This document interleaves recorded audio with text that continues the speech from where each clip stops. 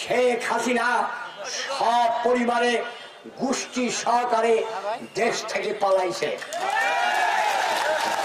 শেখ হাসিনা ভারতে গেছে।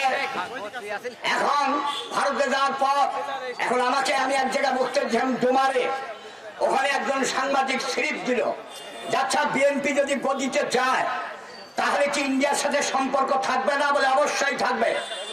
বিএনপি গদিত গেলে ইন্ডিয়ার সাথে সম্পর্ক থাকবে, তাহলে কিভাবে থাকবে? সম্পর্ক থাকবে কি রকম? মুসলমান মতে, হিন্দু মতে বিয়া হয়, 4টা কলা গাছ পুঁতে সেই জায়গায় বিয়া হয়।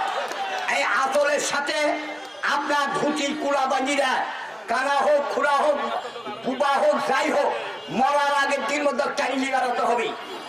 আর মুসলমান মতে বিয়া হয়, বাড়িতে আসলো, বউ দুশ্চরিত্র, বউ কথা বলতে পারে না, বউ শয়তান, 1 তালাক 2 তালাক 3 তালাক, মামলা শেষ।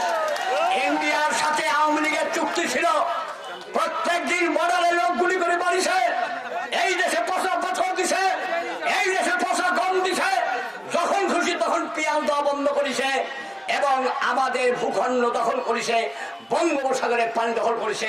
হাসিনা কিছু করতে পারে নাই, আওয়ামী লীগ কিছু করতে পারে নাই, কারণ ওরা হিন্দু মতে ইন্ডিয়ার সাথে চুক্তিবদ্ধ।